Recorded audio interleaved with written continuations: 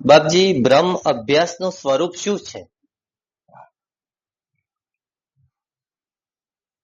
ચાલો, કઈ ચાલે ને, બહુ થઈ ગયું આટલું.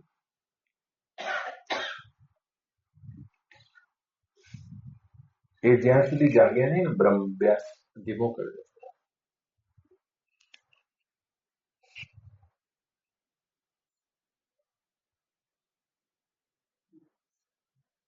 ત્યાં સુધી તમને જગતના વક્તાઓ બધા મોટા લાગે,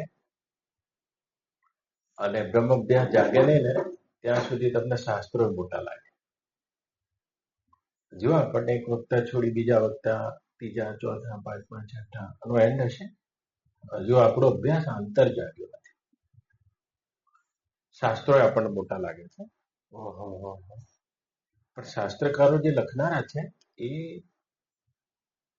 બ્રહ્માભ્યાસના અંતે જે બ્રહ્મ અનુભવ થયો છે અને પછી એમને શાસ્ત્રો લખ્યા છે. જો તમને બ્રહ્માભ્યાસના અંતે અત્યારે હાલ બ્રહ્મ અનુભવ થઈ જશે તો તમે બોલશો એ શાસ્ત્ર થઈ જશે. એ બ્રહ્મ સાક્ષાત્કારી પુરુષો જે બોલ્યા છે એ શાસ્ત્ર થયું છે. માટે શાસ્ત્ર તમને મોટા લાગવાના, કારણ કે તમારો એ બ્રહ્મ સાક્ષાત્કાર માટે બ્રહ્મ અભ્યાસ જાગ્યો નથી. શાસ્ત્ર લખનારા જે વ્યાસ આદિ છે આ બધા બહુ યુક્તિ કરનારા કારક પુરુષો છે. કારક પુરુષો શાસ્ત્રોની રચના કરે છે, અને કારક પુરુષે જાણી જોઈને શાસ્ત્રોમાં ત્રુટિ મૂકી છે, તાળા મૂક્યા છે, ત્રુટિ મૂકી છે. તમે જ્યાં સુધી શાસ્ત્ર વાંચે જશો તમને તાળા નહીં ખુલે, અને ભૂલો મૂકી ત્રુટિ એ નહીં ખુલે.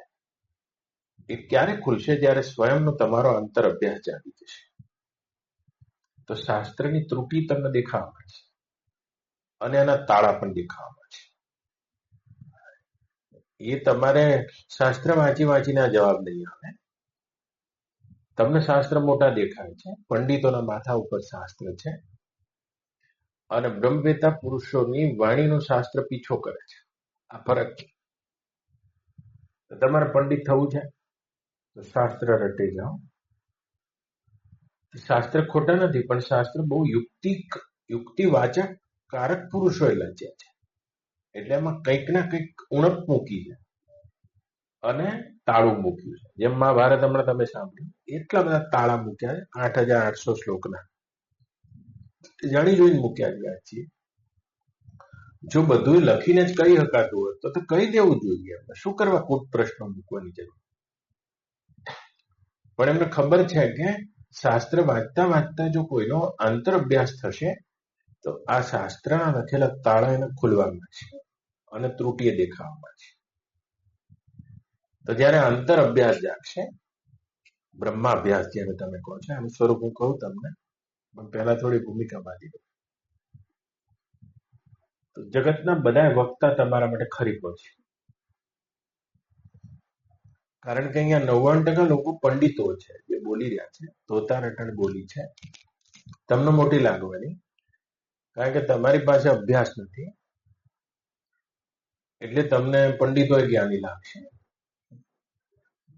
કબીર આયા જો બોલ્યા, પંડિત ખેલ બગાડ્યો, પંડિત બાદ અને બોઝા, પંડિત બાદ અને બોઝા, એમ કે છે.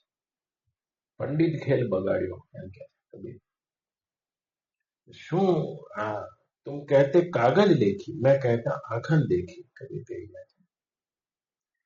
આંખન દેખી જે છે એના માટે તમારે બ્રહ્મ અભ્યાસ જગાડવો જોઈશે, અને જાગશે તો તમને જગતના બધા વક્તા છે ને એની પોલ ખોલી જશે. બધા જે પંડિતો છે એ પોલ ખુલી જશે. તમને બ્રહ્માભ્યાસ જાગ્યો નથી એટલે બધા વક્તા બહુ મોટા લાગે છે, જેમની પાસે કશું નથી. કંદોઈના કડછા છે. જેમ કંદોઈ હોય ને એનો કડછો મલાઈમાં ફરે જાય છે, એમ ફરે છે. બહુ મોટા મોટા લાગે, હવે તો કશું નથી. પણ એના માટે તમારી અંતર બ્રહ્માભ્યાસ જાગી જશે તો વક્તા ખરી પડશે જગતના તમામે તમામ. અને તમારા માટે બ્રહ્માભ્યાસ જાગશે તો શાસ્ત્ર ત્રુટિ દેખાવા મળશે, ભૂલ દેખાવા મળશે. જે જાણી જોઈને મૂકી છે વ્યાસાદી પુરુષો, કે વ્યાસાદી સામાન્ય પુરુષ નથી. જેમને કહેવું જ હોત તો કોઈ વાત સીધી સીધી કહી દે. શું કરવા આવું મહાભારત રચીને કોઈ પ્રશ્નો રચ્યા છે? એ તમારો બ્રહ્માભ્યાસ જાગ્યો છે કે નહીં એ જોવા માટે શાસ્ત્ર છે. અભ્યાસ જાગેલા પુરુષને એ શાસ્ત્ર, તો એને શું થાય છે? ગંગા સતી બોલી, અભ્યાસ જાગ્યા પછી બહુ ભમવું નહીં પાનબાઈ, અને કરવો નહીં ભેદવાદીનો સંગ,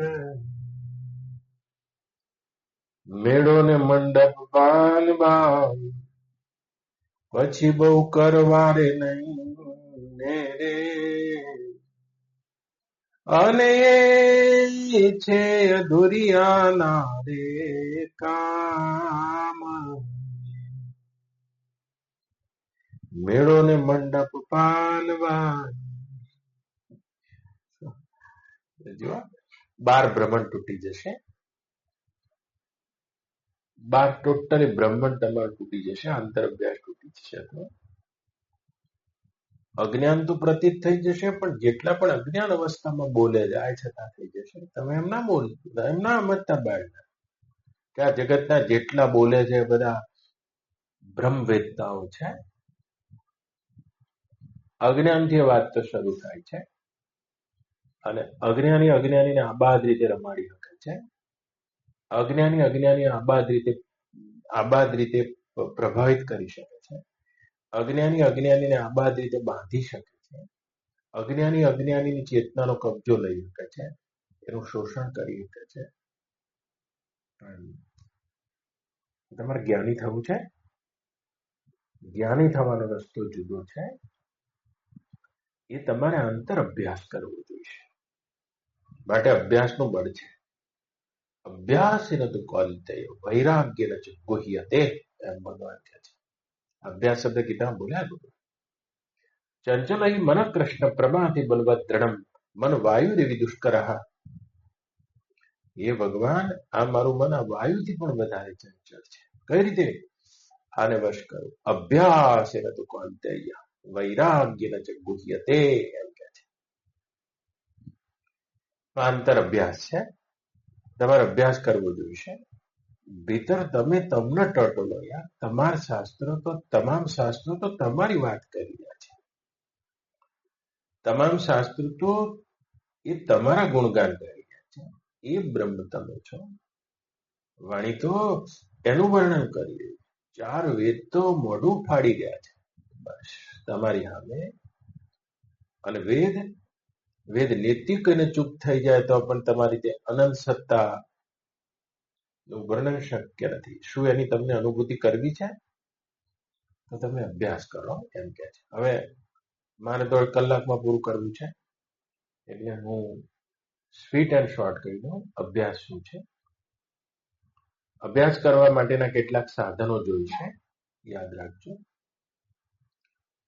ઘણી વાર કહેવાયું છે વિવેક, વૈરાગ્ય, સમાધિ, ષટ સંપત્તિ અને મુમુક્ષા, આ 4 બહિરંગ સાધન છે અભ્યાસ કરવો છે. બહારના સાધનો. વિવેક જોઈશે તમારામાં, નિત્ય અનિત્યનો વિવેક. બુદ્ધિ સ્થિર નહીં થઈ શકે, પણ તો એક ક્ષણમાં પાછું સમજાશે કે આ તો અનિત્ય છે, ક્ષણભંગુર છે. આમ પકડી જશે, છોડતા ભાવશે. આવો એક બુદ્ધિમાં વૈરાગ જાગશે. અનિત્ય દેખાવા લાગશે. અનિત્યનો બહુ પ્રભાવ નહીં રહે. તમને 5,000 રૂપિયા મળ્યા છે કે 5 કરોડ મળ્યા છે, પણ તમારી બુદ્ધિમાં કેટલો પ્રભાવ લાંબો રહે છે? બસ જો કોઈ પણ સંયોગનો, વિયોગનો, દ્રશ્યના પ્રાપ્તિનો, અપ્રાપ્તિનો, માનનો, અપમાનનો, લેવડનો, દેવડનો તમારી બુદ્ધિમાં ક્ષણિક જ પ્રભાવ છે. જેટલો વિવેક જાગ્રત છે એટલો પ્રભાવ ઘટી જશે. આ પહેલું સાધન છે. બીજું વૈરાગ્ય સાધન છે, બહિરંગ સાધન. એ વૈરાગ્યની આવશ્યકતા છે. જેટલા પણ રાગાસ્પદ અને દ્વેષાસ્પદ છે આપણા, એની એક ઉપેક્ષા થઈ જવી, આ વૈરાગ્ય છે. રાગાસ્પદનું ચિંતન ના રહે અને દ્વેષાસ્પદનું ચિંતન ના રહે, એની ઉપેક્ષા છે, આ વૈરાગ્ય છે. શમ આદિ ષટ સંપત્તિ છે. શમ, દમ, ઉપરતિ, તિતિક્ષા, શ્રદ્ધા, સમાધાન, આગળ ઘણી વાર કહેવાય ગયું છે. મુમુક્ષા જોઈએ છે. જીવની તમામ બુભુક્ષા શાંત થઈ જાય, એકમાત્ર મુક્તિની ઈચ્છા બચી હોય છે. બે પ્રકારના જીવ છે, બુભુક્ષુ અને મુમુક્ષુ. ભોગની ઈચ્છા વાળા અને મોક્ષની ઈચ્છા વાળા. તો જેટલા પણ ભોગની ઈચ્છા વાળા છે એ અંતર અભ્યાસ ના કરી શકે. એનો અભ્યાસ તો ભોગ અને સંગ્રહનો જ છે વારંવાર. ગમે એટલું કરશે તો એ બુભુક્ષા જેની શાંત થઈ ગઈ છે. જેને આ જગતમાં કોઈ હવે કર્તવ્ય નથી ભાસતું, જ્ઞાતવ્ય પણ નથી ભાસતું, પ્રાપ્તવ્ય પણ નથી ભાસતું, અને વૃત્તિમાં આ મુમુક્ષા આવે છે. અને પછી અભ્યાસ છે આંતરંગ સાધન. પહેલું શ્રવણ છે. શ્રવણ તો જ્યાં તમે 20 વર્ષથી કરો છો, બાળના તમે 25 વર્ષથી કરો. આપણા શાસ્ત્રોમાં શ્રવણનો અર્થ સુનના નહીં હોતા. સુનના ગુજરાતી ક્યાં સાંભળવું, ટુ લિસનિંગ, આ અર્થમાં શ્રવણ નથી. શ્રવણ સંસ્કૃત શબ્દ છે અને શ્રવણનું તાત્પર્ય છે આપણા શાસ્ત્રોમાં નિશ્ચય થવું. આને શ્રવણ કહે છે. તો કેટલી વાર સાંભળ્યું છે જુઓ, બ્રહ્મ સત્યમ, જગન મિથ્યા, આ સાંભળ્યું છે, પણ આનો નિશ્ચય થઈ ગયા એને શ્રવણ કહે છે. નિશ્ચય નહીં થતો, બુદ્ધિમાં તેનો પ્રકાશ નહીં થતો, બસ સુનતે જાતે. જો તમને સાંભળવાનો રસ છે તો આ સાંભળવું પણ એક 5 વિષયોમાંનો વિષય જ છે. જેમ કોઈને ગળ્યું ખાઈને મજા આવે છે, તમને મારી વાત સાંભળીને મજા આવે છે. પણ તમારી બુદ્ધિ શ્રવણ એટલે કેવા નિશ્ચય ઉપર પહોંચી ગઈ. એ નિશ્ચયાત્મક બુद्धि થવી આને શ્રवण कहते हैं. निर्णय थो, ऐसा निर्णय नहीं होता अपना. शरीर मरण धर्मा है, अपने सुन के रखा है, पर अभी अपना निश्चय नहीं. जो कुछ भी संसार दिख रहा है वो दुखालय अशाश्वत, लेकिन बुद्धि निश्चय नहीं कर पाती, निर्णय नहीं कर पाती. સંસારમાંથી દુઃખ સિવાય કાંઈ નહીં મળે, પણ આ શ્રવણ નહીં કર્યું આપણે. હજુ આપણને ઊંડે ઊંડે એમ છે કે કાંઈ નહીં મળે, હજુ કંઈક મળી જશે કદાચ, એમ સુખ. તો પ્રથમ પહેલો બ્રહ્માભ્યાસનું પગથિયું છે યથાર્થ શ્રવણ કરવું. તદ્વિજ્ઞાનાર્થ, શું કહે છે શ્રુતિ મુંડકોપનિષદ, તદ્વિજ્ઞાનાર્થે ગુરુમેવાભિગચ્છેત સમિત્પાણિ બ્રહ્મનિષ્ઠ શ્રોત્રિય વરિષ્ઠમ. એ વિજ્ઞાનાર્થે કોઈ સદગુરુ પાસે જઈને અતઃતિ ઇતિ, વચ્ચે વચ્ચે નહીં, તૂટક નહીં, અતઃતિ ઇતિ, યુક્તિ પ્રયુક્તિથી, ષડાંગથી, ગુરુના વચનોથી, આંખોથી, પૂરેપૂરી ચેતનાથી એ શ્રોત્રિય બ્રહ્મની સદગુરુ પાસે યથાર્થ શ્રવણ કર્યું. અતઃતિ ઇતિ, વચ્ચે નહીં, વચ્ચે ઉભા થઈને નહીં, પૂરેપૂરી નિષ્ઠા બનાવી આગળના તમામ સાધનોને પરિપૂર્ણ કરીને શ્રવણ કરવું. અતઃતિ ઇતિ, જેમ ખાતા ખાતા વચ્ચે ઉભા નહીં થઈ જતા, એ રીતે સાંભળતા સાંભળવું શબ્દ સારો નથી, શ્રવણ કરતા કરતા. અતઃતિ ઇતિ છે કોઈ, જેમ ભગવાને કીધું, હે અર્જુન, જ્યાં સુધી શબ્દો જઈ જતા હતા ત્યાં સુધી મેં તને કહી દીધું છે. હવે સમજણના ઘરમાં મારા પણ હાથ નથી પહોંચતા. યથા ઈચ્છે તથા કરું, હવે તારી ઈચ્છા હોય એ પ્રમાણે કર. ત્યાં સુધીનું શ્રવણ, આ બ્રહ્માભ્યાસનું પહેલું પગથિયું છે. સુનના નહીં, ખાલી સાંભળવું નહીં યાર, સાંભળવાને તમે શ્રવણ ના કહેતા, कुछ निश्चय भी हो जाना. तो अपना अभी निश्चय डावाडोल है, डावाडोल. અને વ્યવસાયાત્મિકા અવ્યવસાયાત્મિકા બુદ્ધિ કહે છે. ભોગ ઐશ્વર્ય પ્રસક્તા અહીંયા અભ્યચેત વ્યવસાયાત્મિકા બુદ્ધિ સમાધો ન વિધીયતે. હે અર્જુન, જે ભોગ અને સંગ્રહ વાળી બુદ્ધિ છે, ભોગ અને ઐશ્વર્યમાં લપટાયેલી બુદ્ધિ છે, અને તેવી બુદ્ધિ, આવી અવ્યવસાયાત્મિકા બુદ્ધિ કદી પણ અનિર્ણયાત્મક બુદ્ધિ સમાધિને પ્રાપ્ત થતી નથી, સમાધાનને પ્રાપ્ત થતી નથી. તો એવી બુદ્ધિ પ્રાપ્ત થવી અને શ્રવણ થવું. અને શ્રવણ તમે કર્યું છે, જુઓ ગુરુએ તમને કરાયું છે. હવે બ્રહ્માભ્યાસ અહીંથી શરૂ થાય છે, શ્રવણ પત્યા પછી. અને શ્રવણની સાથે સાથે પણ આપણે આને કરી શકીએ છીએ, જો ઉપરના સાધન હોય તો. અને પત્યા પછી પણ કરી શકીએ છીએ, અને સાથે સાથે પણ કરી શકીએ છીએ. શું બ્રહ્માભ્યાસ છે? પંચદશીમાં શ્લોક છે 12. અને પંચદશીકાર વિદ્યારાયણ સ્વામી કહે છે, આ બ્રહ્મ્યાભાસ જાણવું. શું કહે છે? તત્કથનમ તત્ચિંતનમ તત્કથનમ અન્યો અન્યમ તત્પ્રબોધનમ એતદેક પરત્વમ બ્રહ્માભ્યાસ વિદુર્બુદાહ. પંચદશીનો શ્લોક છે. બુદ્ધજનો અને બ્રહ્મ સાક્ષાત્કારી પુરુષો આને બ્રહ્માભ્યાસ કહે છે. તત્ચિંતનમ તત્ચિંતન, જે બ્રહ્મનો તમને પરોક્ષ સાક્ષાત્કાર થયો તત્પદ વડે, પૂરેપૂરી સ્વરૂપ લક્ષણા અને તટસ્થ લક્ષણાથી જે પરમાત્માનું તમે શ્રવણ કર્યું છે, નિશ્ચય કર્યો છે.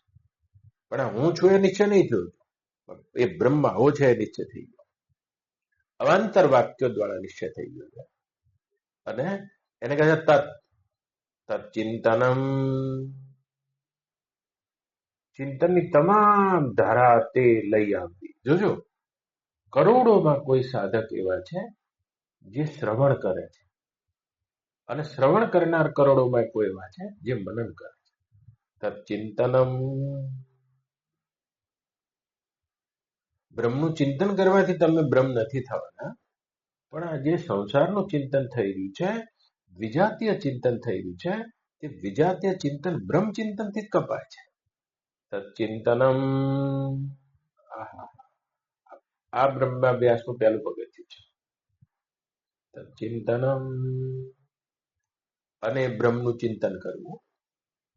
જે તમે સાંભળ્યું છે, પણ સાંભળ્યા વગર શેનું ચિંતન? તત્ચિંતનમ, ચિંતનની ધારામાં જેટલા પણ સાધનો છે બધા આવી જાય છે. જપ આવી જાય છે, ધ્યાન આવી જાય છે, સમાધિ આવી જાય છે. આ બધા સહાયક સાધનો છે. આ જપ ધ્યાન વડે એકાગ્ર થયેલી વૃત્તિ બ્રહ્મચિંતન તેલ ધારાવત કરે છે. તત્ચિંતનમ, અને ચિંતનનો બહુ જ મોટો એક ફાયદો છે. તમે જેવું ચિંતન કરો છો ને એવા થઈ જાય. આ ચિત્તનો નિયમ છે. ચિત્ત ચિંતનશીલ છે, અને ચિત્તમાં જેવું ચિંતન છે ને એવા તમે બની ગયા છો. ભિખારી થઈ ગયા છો, ચિંતનનો જ પ્રભાવ છે. રાજા થઈ ગયા, ચિંતનનો પ્રભાવ છે. દેવતા થઈ ગયા, ચિંતનનો પ્રભાવ છે. સ્ત્રી થઈ ગયા છો, ગયા જન્મે સ્ત્રીનું ચિંતન કર્યું છે. પુરુષ થઈ ગયા હતા, ગયા જન્મે પુરુષનું ચિંતન કર્યું. જેવું તમે અત્યારે હાલ વર્તમાનમાં ચિંતન કર્યું છે દ્રઢતાથી, તેવા તમે થઈ જાઓ છો. તો કોઈ તમારી સામે આવે, જો એનું જ ચિંતનનું પરિણામ છે. જો વિજાતીય ચિંતન આટલું બધું પ્રભાવશાળી હોય તો કોઈ સજાતીય ચિંતન કરે છે, આને બ્રહ્મચિંતન કહે છે. એ સાંભળ્યા પછી એ તત્પદનો લક્ષ્યાર્થ ગ્રહણ કરનારી બુદ્ધિ તે યથાર્થ બ્રહ્મચિંતન કરે છે. ચિંતન બે પ્રકારના છે. સંસારનું જે ચિંતન છે એ રાગાસ્પદ અને દ્વેષાસ્પદનું ચિંતન છે. રાગ જેની પ્રત્યે હોય અને દ્વેષ પ્રત્યે જેની પ્રત્યે હોય. રાગ જેની પ્રત્યે હશે એના ગુણ પકડાશે, અને દ્વેષ જેની પ્રત્યે હશે એના દોષ પકડાશે. બસ આ ચિત્તના ચિંતનના બે નોડ છે, નેગેટિવ પોઝિટિવ. તો જેના પ્રત્યે રાગ હશે, રાગાસક્તિ, અને દ્વેષાસક્તિ. રાગ હશે એના બધાના ગુણ પકડાશે. જેટલા ગુણ છે એ બધા જલી જશે, અને ગુણનું ચિંતન થયા કરશે બીજાના ગુણનું. જેને મોહનથાળ ભાવતા હોય મોહનથાળના ગુણનું ચિંતન થયા કરે, કોઈને સ્ત્રીમાં આસક્તિ એના ગુણોનું ચિંતન થયા કરે, કોઈને આ ફલાણા મિત્રમાં આસક્તિ છે, પુત્રમાં આસક્તિ છે. જ્યાં રાગ છે ત્યાં ગુણોનું ચિંતન છે, અને જ્યાં દ્વેષ છે ત્યાં દોષનું ચિંતન છે. જેના જોડે રાગ હતો અને એના જોડે જો દ્વેષ થઈ જશે તો એના દોષ જ પકડવા મળશે. પણ કોઈનું એવું ચિંતન હશે ખરું કે જેની પાસે રાગાસ્પદ અને દ્વેષાસ્પદ બેની ઉપેક્ષા થઈ, ઉપરિત થઈ ગયેલી વૃત્તિ તत् ચિંતનમ પંચદશીકાર કહે છે. દ્રશ્ય પ્રપંચ અભાવ યુક્તેન રાગ દ્વેષ વૃદસ્ય ચ એતા બલયસી પંચદશીકાર કહે એતા બલયસી રતિ બ્રહ્માભાસ ચ ઉચ્યતે. બ્રહ્માભાસ બીજું નામ આપે. આ દ્રશ્યના અત્યંત અભાવના બોધવાળી વૃત્તિ જે રાગ અને દ્વેષ રહિત થઈને જે બલવતી બ્રહ્માકાર રતિ ઉત્પન્ન થઈ છે, અને એને જ તો બ્રહ્મ અભ્યાસ જાણ. તો જ્યાં સુધી રાગાસ્પદ અને દ્વેષાસ્પદ અને દ્રશ્યની સત્તા છે, અને ત્યાં સુધી વૃત્તિમાં આ બ્રહ્મચિંતન તેલ ધારાવત થઈ શકે. વૃત્તિમાં બ્રહ્માકાર લાયા છો તમે, જેની વરતી અખંડ બ્રહ્માકાર દુર્લભ એવા સંત. દ્રશ્યના અત્યંત અભાવના અપ્રતિરૂપ અધિષ્ઠાનના બોધના ચિંતન વાળી વૃત્તિ થઈ ગઈ છે. આપણે આ જે દ્રશ્ય પ્રપંચ છે અને દ્રશ્ય પ્રપંચની સત્તા માનેલી છે, અને એમાં રાગાસ્પદ દ્વેષાસ્પદ આવી કલ્પના કરેલી જ છે. ये मेरे लिए अच्छे हैं, ये मेरे लिए बुरे हैं, मुझे चाहिए, मुझे नहीं चाहिए, अच्छा है, बुरा है, गलत है, ये सही है.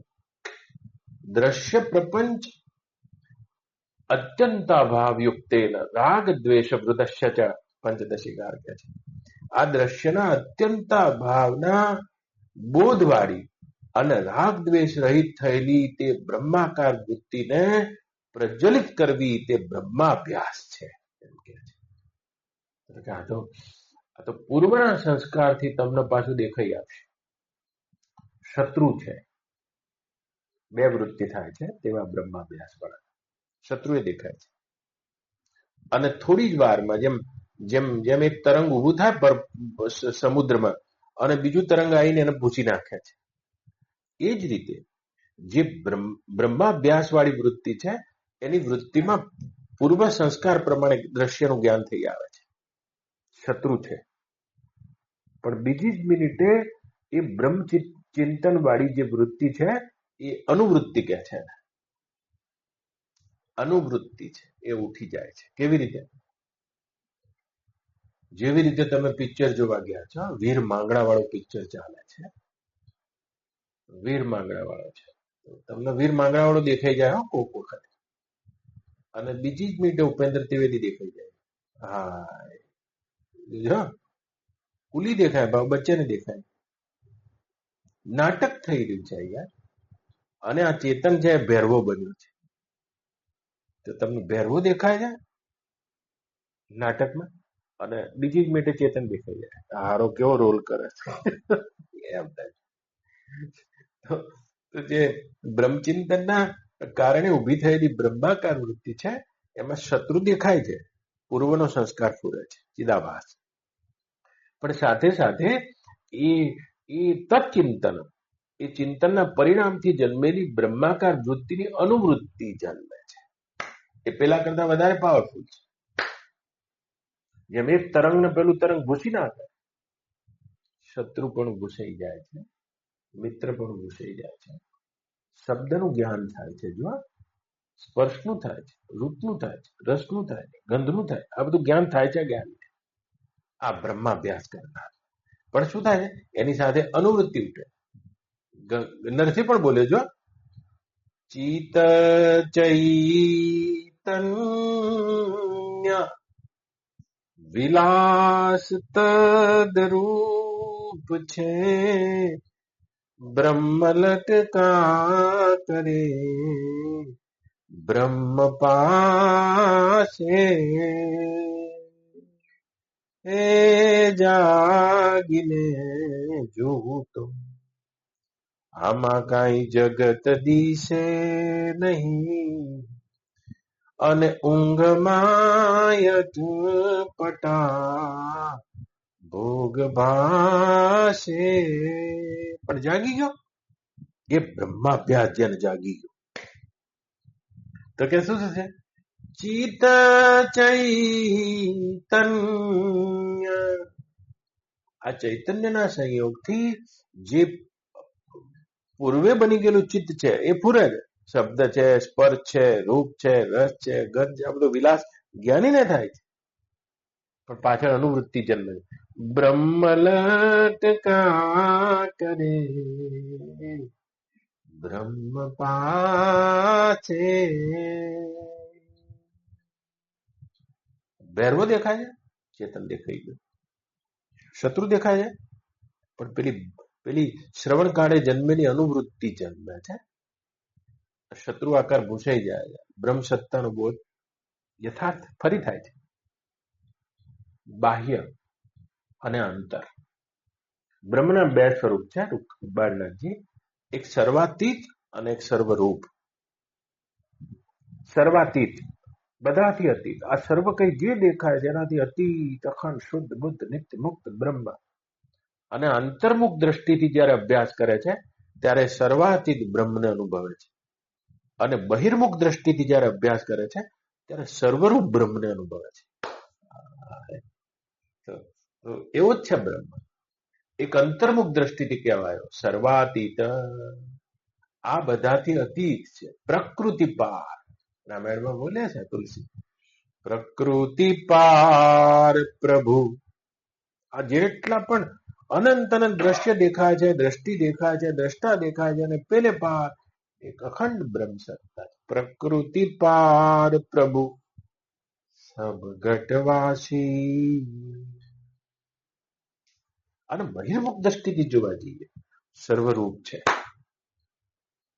પણ સર્વરૂપમાં રાગ અને દ્વેષની દ્રઢ કલ્પનાને લઈને જે દેખાઈ હતું શત્રુ મિત્ર સારું ખોટું નરસું ઠોસ નક્કર પણ બ્રહ્મચિંતન થશે બાળના જેટલું દ્રઢ શ્રવણ વખતે પણ અને શ્રવણ પછી પણ યાદ રાખજો તો કે શ્રવણ પછી બ્રહ્મચિંતનની જરૂર શું કરવા પડી જરૂર એટલા માટે પડી કે બોધ અને બોધ નિષ્ઠા આ બે વસ્તુ અલગ અલગ છે श्रवणना अंते बोध तो जन्मी जाए पर बोध में निष्ठा के लिए ब्रह्माभ्यास करना पड़ता है इसी को ब्रह्माभ्यास बोलते हैं तत्चिंतनम तो જ્યારે વૃત્તિ બહિર્મુખ થાય છે ત્યારે સર્વરૂપનું ચિંતન થાય છે અને વૃત્તિ અંતર્મુખ થાય છે ત્યારે સર્વાતીતનું ચિંતન થાય છે તો જ્યારે પણ વૃત્તિ બહિર્મુખ થાય ત્યારે શબ્દ સ્પર્શ રૂપ રસ ગંધ શત્રુ મિત્ર સારું નરસું જડ ચેતન આ બધું યથા દેખાય છે પણ આ વૃત્તિ જન્મે એનાથી 10 ગણા વેગથી અનુવૃત્તિ જન્મે છે અનુવૃત્તિ જે શ્રવણમાં જન્માયેલી બ્રહ્માકાર વૃત્તિ આ જન્મે એ બ્રહ્મ લટકા કરે બ્રહ્મ પાસે પંચમા ભૂત તે પરિબ્રહ્મ વિશે ઉપન્યા અણુએ અણુમાં રહ્યા જોને વળગી હે જાગીને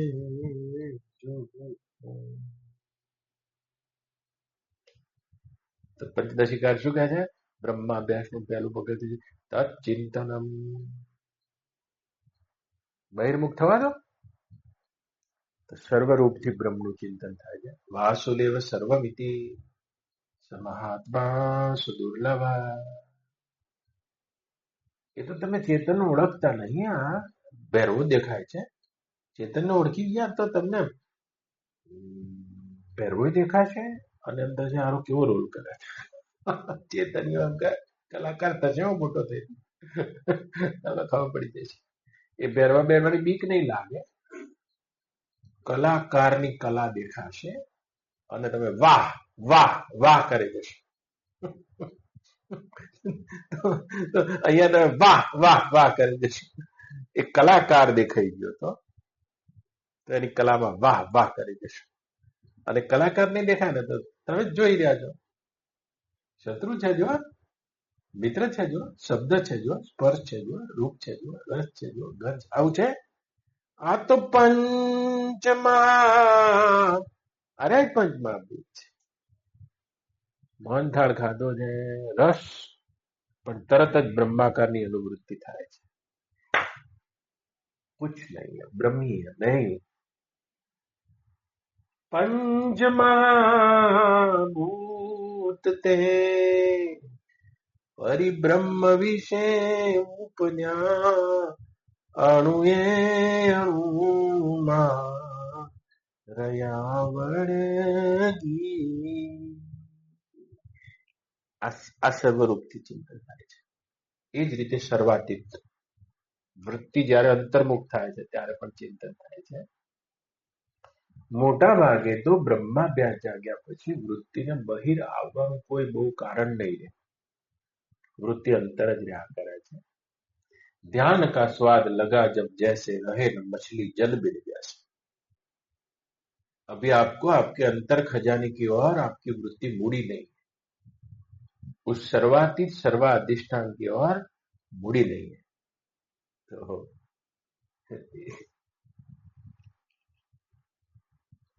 जीरे लाखा ધ્યાન માં બેસીને ધણીને આરાધો જીઓ જી. અને પછી મનના પ્રપંચને મેલો રે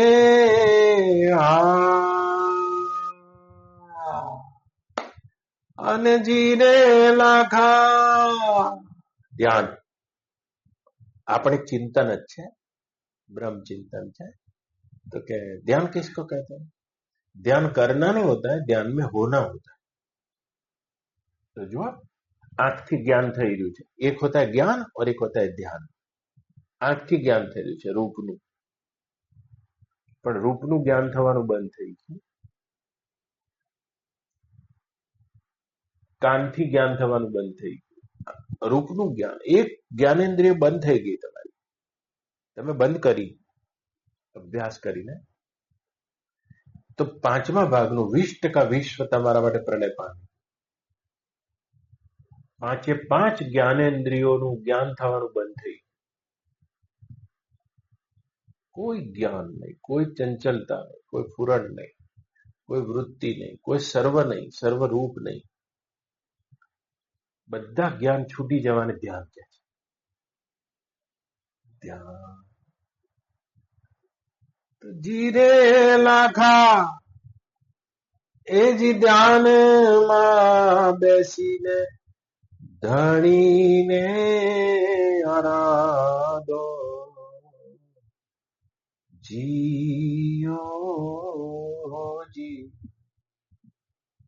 અને પછી મનના પ્રપંચને મેલો રે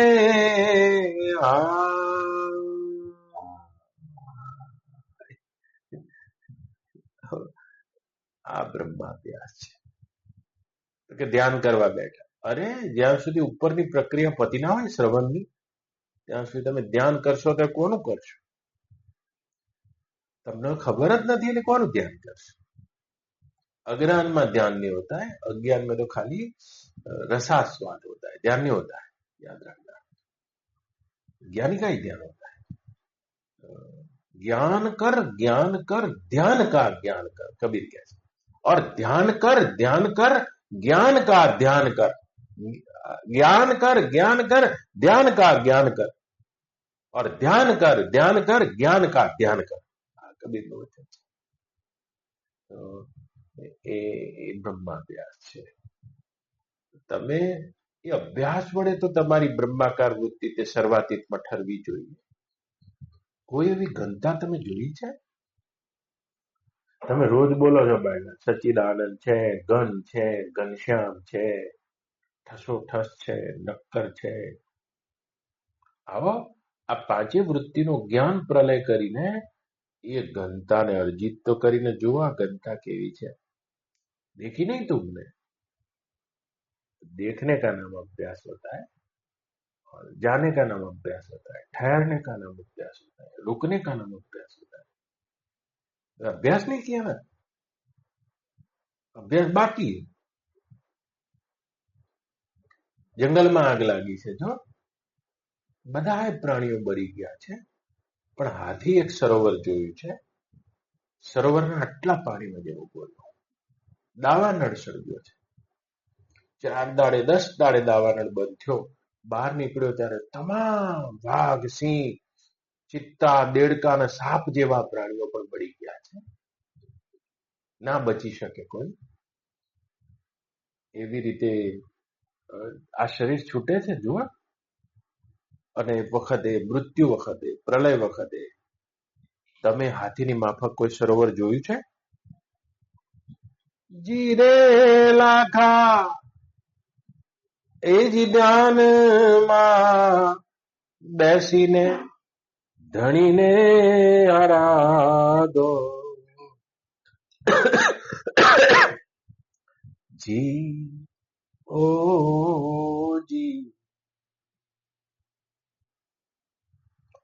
ભગવાન બુદ્ધ નીકળ્યા ને અને ધ્યાન કરતા કરતા કદીક ને 40 વર્ષ આ ઘટના ઘટી ગઈ.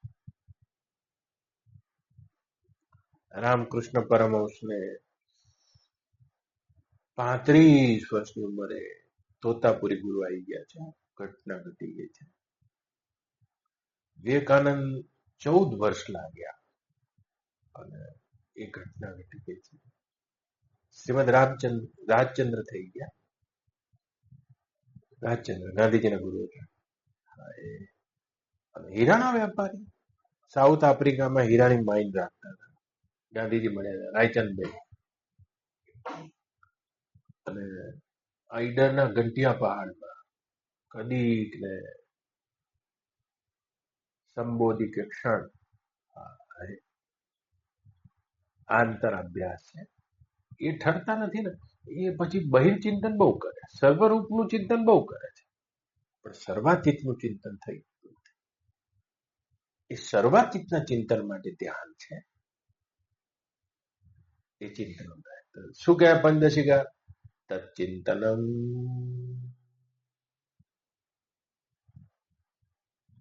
તત્કથનમ અન્યોન્યમ તત્પ્રબોધનમ એતદેક પરત્વમ બ્રહ્માભ્યાસ વિદુર્બુધા.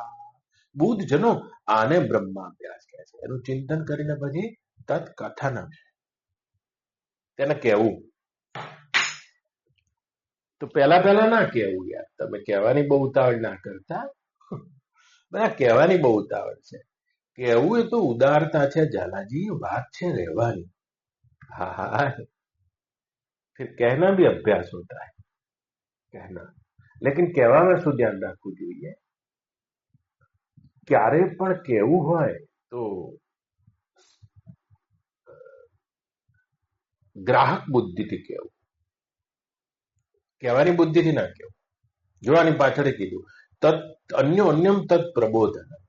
આ પ્રબોધનમ બધા એવું કર્યું કે એકબીજાને જે બોધ હાલે, બોધ નહીં હાલતો. આ પ્રબોધનનો અર્થ થાય એકબીજા પાસેથી સમજે છે, આને કહે છે પ્રબોધન. બાળના તમારે એમ ના સમજાય કે કે થાનકી સાહેબ આયા છે, લાવો એમને તત્ પ્રબોધનમ કહી દઉં કાલે કીધેલી. તમે કહો તો પણ તમે સમજવા માટે કહી રહ્યા છો, આને કથનમ કહે છે. બોલો આ વૃત્તિ છે. તમે થાનકી સાહેબને કહો એ બ્રહ્મ વિશે બોલો, પણ તોય તમને ખબર હોય જો કે હું કહેવા માટે નહીં કહી રહ્યો, સમજાવવા માટે નહીં કહી રહ્યો, સમજવા માટે કહી રહ્યો છું. આને કહે છે તત્કથન. આ બ્રહ્મ બધા નહીં આવડતો, કર્યો જાંબુનો વેપાર ચાલુ કરી દીધો.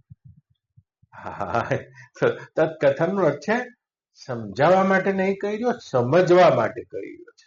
બસ બહુ પાતળી ભેદરેખા છે પણ ઘણી ઊંડી. અને એ બહુ ચિંતનના અંતે જન્મે છે. તત્કથનમ, તત્કથન એટલે બ્રહ્મનું કથન, એ તમારે કરવું જોઈએ. એટલે કથન એટલે કહેવું, એટલે જો તમે સમજવા માટે કહી રહ્યા છો તો આ બ્રહ્માભ્યાસ થઈ જશે, અને સમજાવવા માટે કહી રહ્યા છો તો તમારા અહંકારનો બહુ મોટો ખેલ છે અહીંયા. આ અહંકાર છે ને બાળના, તે બહુ જ હાથમાં ના આવે એવી વૃત્તિ છે. મન હાથમાં આવી જશે, બુદ્ધિ આવી જશે, ચિત્ત આવી જશે, ઇન્દ્રિયો હાથમાં આવી જશે, પણ અહંકાર નામની વૃત્તિ છે ને હાથમાં ના આવે. તમને રૂપિયાનો અહંકાર થાય, ધનનો અહંકાર થાય, આનો અહંકાર તો થાય બાળના. તમને જ્ઞાનનો અહંકાર થાય, ત્યાગનો થાય, ધ્યાનનો થાય. તમે કંઈક જાણો છો એનો થાય, જાણકારીનો થાય. તો કે દાદા બ્રહ્માભ્યાસ છે તત્કથનમ, અન્યોન્યમ તત્પ્રબોધનમ એતદેક પરત્વમ બ્રહ્માભ્યાસ વિદુર્બુદાહ પંચદશી. તત્પ્રબોધન, અન્યોન્યમ તત્, એકબીજાનું પ્રબોધન કરવું એટલે શું યાર? કથનમ પછી પ્રબોધન, તો કે એ જ બ્રહ્મ. એકબીજાનું પ્રબોધન કરવાનો અર્થ શું? તમે થાનકી સાહેબ જોડે શીખો છો અને થાનકી સાહેબ તમારા જોડે શીખ્યા છે, આને તત્પ્રબોધન કહે છે. તો તમે કોઈનો પણ સંયોગ કરો તો એ બ્રહ્મ અભ્યાસ દ્રઢ કરવા માટે, તેનું સ્વરૂપ દ્રઢ કરવા માટે તમે મારું સ્વરૂપ દ્રઢ થઈ ગયું છે એમ સમજીને પ્રબોધન કરો, તે અભ્યાસ નહીં રહે બાળના. એ જ બતાવે છે તમારું સ્વરૂપ દ્રઢ નથી થયું.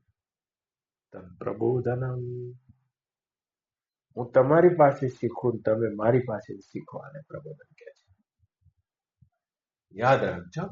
અને બ્રહ્મ ઠરવું છે તો કભી એ નહીં માનના ચાહીએ. કોઈ જ્ઞાની કઈ ભૂમિકાના હોય તમને શું ખબર પડે? શું કહું?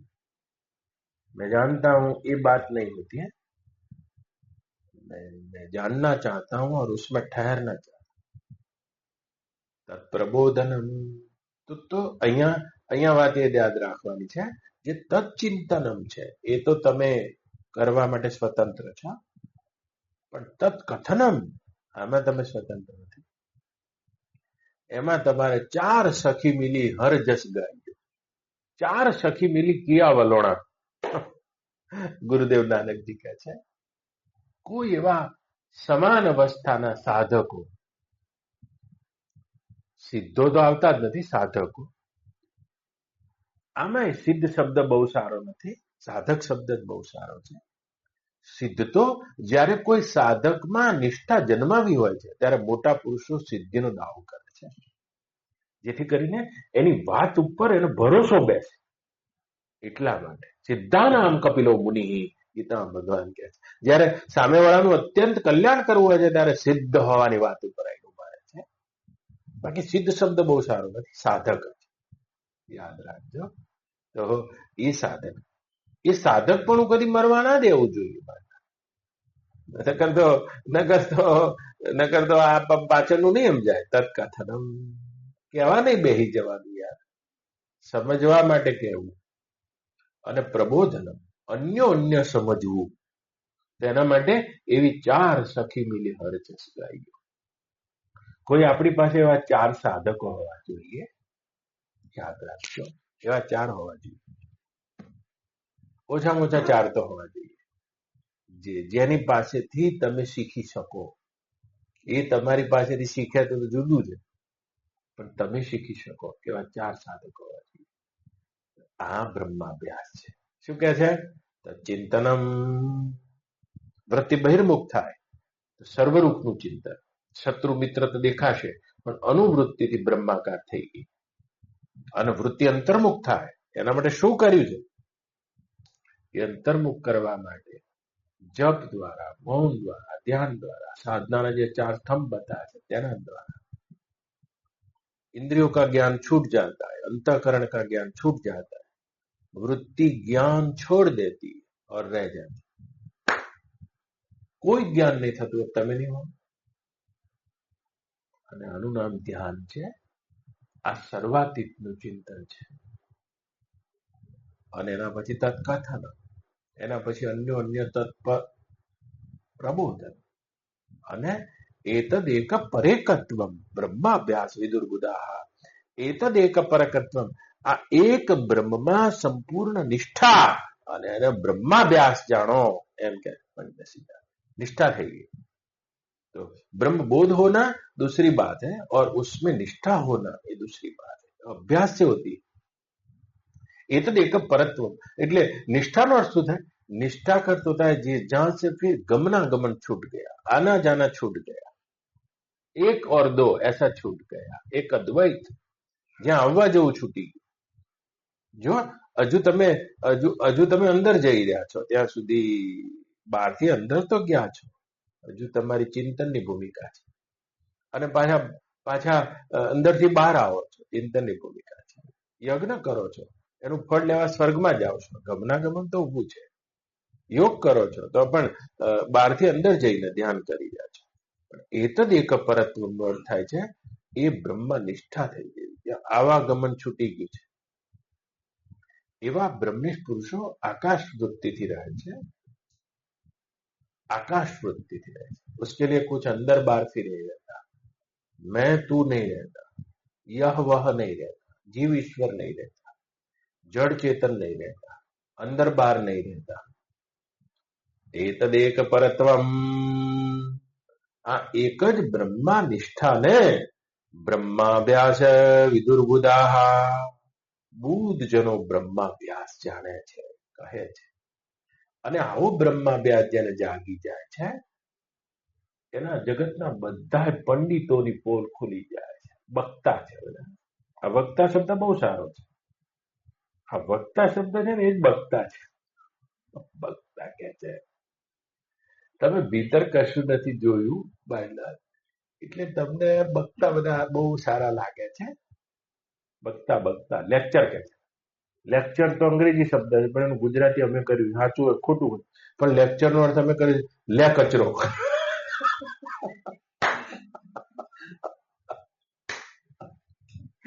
હવે આનું ગુજરાતી સાચું હોય ખોટું અમારા રામ જાણે. યાર આપણે ક્યાં અલ્હાબાદ યુનિવર્સિટીમાં ભણ્યા છીએ, આ લેક્ચર નો અમે અર્થ ગુજરાતી આવું કહ્યું, લે કચરો. ટોક કરી રહ્યા છું, પણ ટોક કરી રહ્યા છું. આવો ને અભ્યાસ જાગ્યા પછી બહુ ભમવું નહીં પાનબાઈ, અને પછી કરવો નહીં ભેદવાદી નો રે સંગ. મેળો ને મંડપ પાનબાઈ કરવા રે નહીં, આ છે બધા અધુરિયાના રે કામ. વૃત્તિ અંતર થતી જાય છે. રમણ બેહી ગયા જો ગુફામાં આવતા રહ્યા છે. આપણા ભાવનગરમાં ગઈ સદીમાં બહુ મોટા પુરુષ થઈ ગયા, મસ્તરામ બાપુ. આમ ધૂણા ઉપર બેહી જતા કોથરો પાથરી. અને ભાવનગરના રાજા તખતસિંહજી ગોહિલ બાપુ, તખતસિંહજી ભાવનગર નરેશ, અને એમના ઘેરથી કીધું કે આપણા ત્યાં આવા બ્રહ્મનિષ્ઠ પુરુષ છે, જાઓ તો. અને બા આયેલા અને આ તો બેઠા ને બા, અને બધો તામ જામ બધું લઈને આયા, બધું લઈને બેઠા છે. બા બધાએ કીધું કે બાપુ આયા છે, મસ્તરામ બાપુ કે. એટલે મસ્તરામ બાપુના આ જગ્યા ઉપર એક ગધેડો રાખતા હતા. ભાઈ ગધેડાના કોથળા ઉપર બેહાડે, ગધેડાને આગો કર્યો, બેહી જા કે શું નામ છે તારું? રાજાશાહી નો જમાનો બા. હાય હાય હાય હાય, લાલ પીળા થઈ ગયા બાપુ. હારું શું બોલે છે? બેઠા તો નહીં, 5 મિનિટમાં જોયું, જતા રહ્યા, આખી રાત ઊંઘતા નથી. રાણીમાએ કીધું, શું થયું છે? કે ગધેડાના પાછળવાનું આલ્યું મને કોથળો. બેસી જાય એમ કે બેસે, તું બેસે, શું ફેર પડે?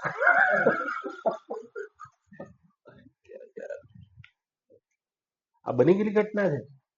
કાલ સવારની વાતો છે. મસ્તરામ બાપુ થઈ ગયા બ્રહ્મનેશ ક્ષત્રિય વરિષ્ઠમ. કોઈ જોયા હશે હજુ તો.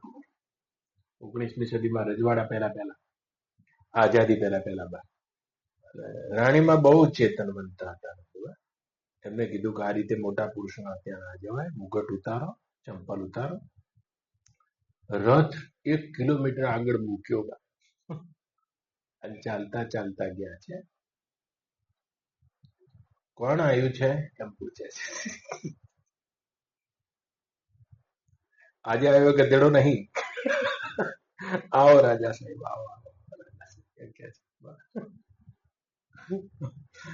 તો જેટલી તમારો અભ્યાસ જાગતો જશે ને એટલા તમે એકાંતિત થતા જશે, અંદર જ જતા, ભીતર જ જતા, ચૂપ જ થતા.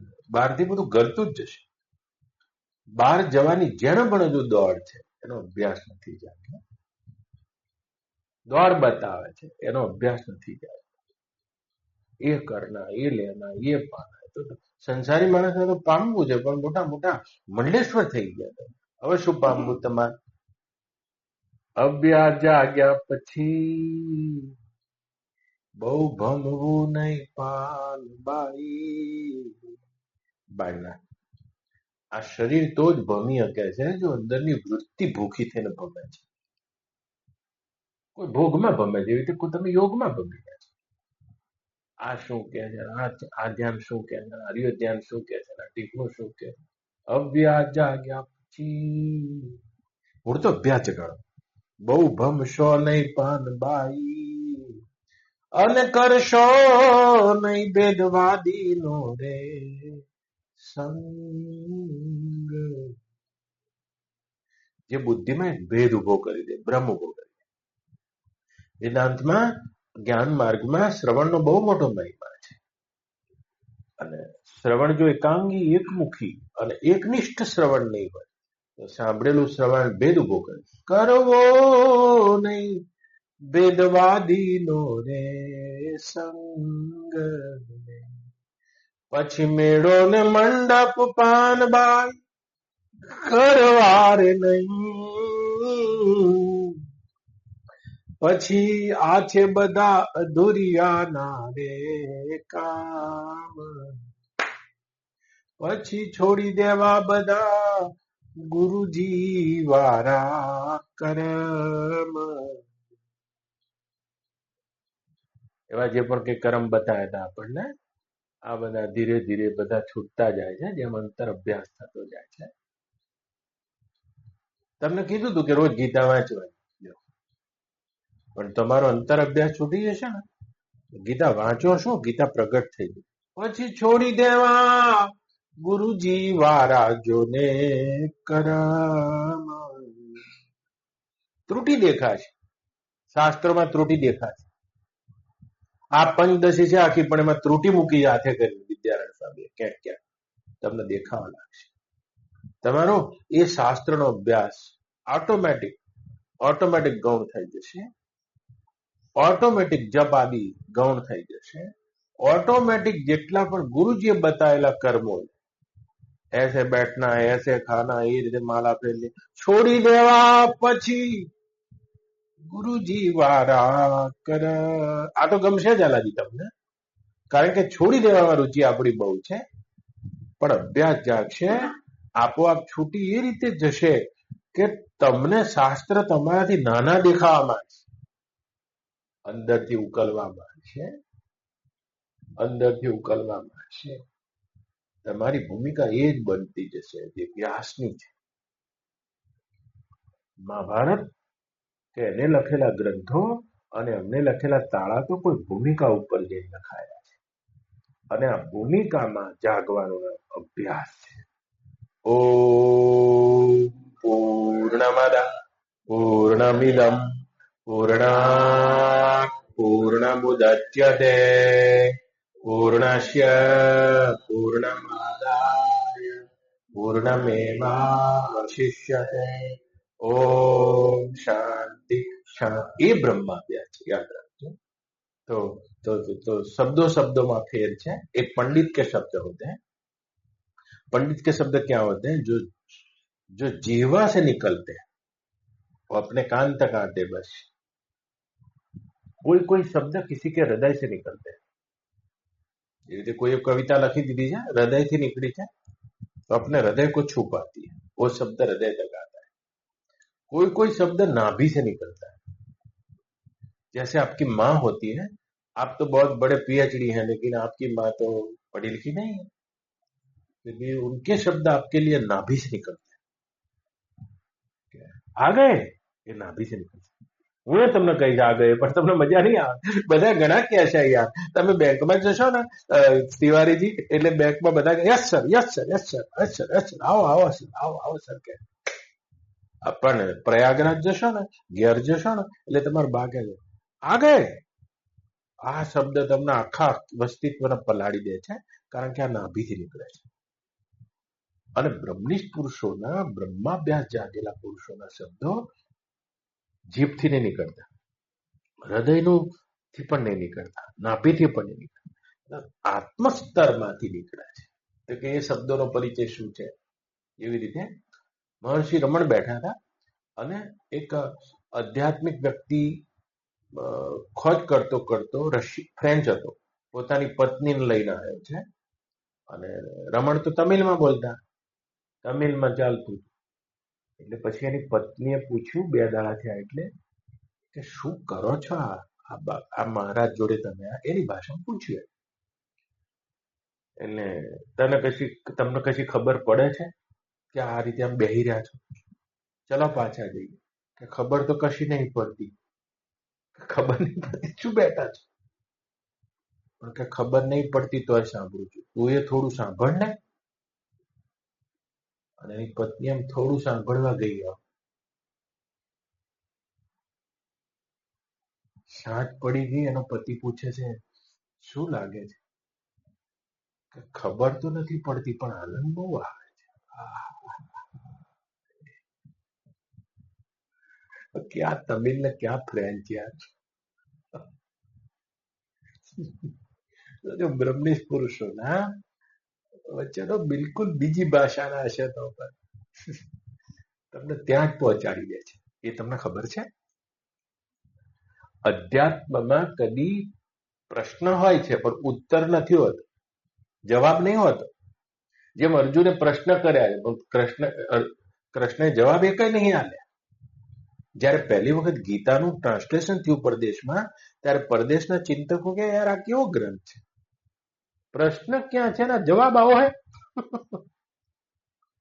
અષ્ટાવક્ર ગીતા જુઓ, પેલા પ્રશ્ન ક્યાં છે ને અષ્ટાવક્ર જવાબ છે. ઉપનિષદમાં પ્રશ્ન શું કર્યો કાત્યાયની, મૈત્રી અને યાજ્ઞવલ્ક, આ જવાબ છે. અધ્યાત્મમાં ક્યારે જવાબ નહીં હોતો, અધ્યાત્મમાં સમાધાન હોય છે. અને સમાધાન હોય છે. સમાધાન કોને કહે છે?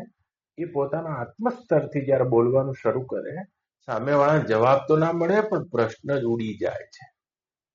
એ જે જગ્યાએથી બોલે છે એ જ જગ્યાએ આપણને એ ક્ષણે શાંત કરી દે છે. આ મોટા પુરુષો હોય છે. અને જેટલા પણ એ શાસ્ત્રો લખાયા છે એ સ્તરનો અનુભવ કરીને લખાયા છે, બોલાયા છે, કહેવાયા છે. શ્રુતિ અને સ્મૃતિની રચના થઈ છે. તો એ બ્રહ્માભ્યાસના અંતે જગાડવાની વાત છે. એ જાગી જાય તો આ એનો અભ્યાસ છે. तो कुछ बोध होना और बोध में निष्ठा होना, ये बात अलग अलग है. तो निष्ठा होने के लिए ऐसा अभ्यास प्रत्येक को करना चाहिए. कुछ ना कुछ ऐसा करना चाहिए, और करते करते तुम वही हो जाओगे जो तुम हो. बोलो कृष्ण कन्हैया रामचंद्र भगवान. ओम नमः पार्वती पतये. हर हर महादेव. हर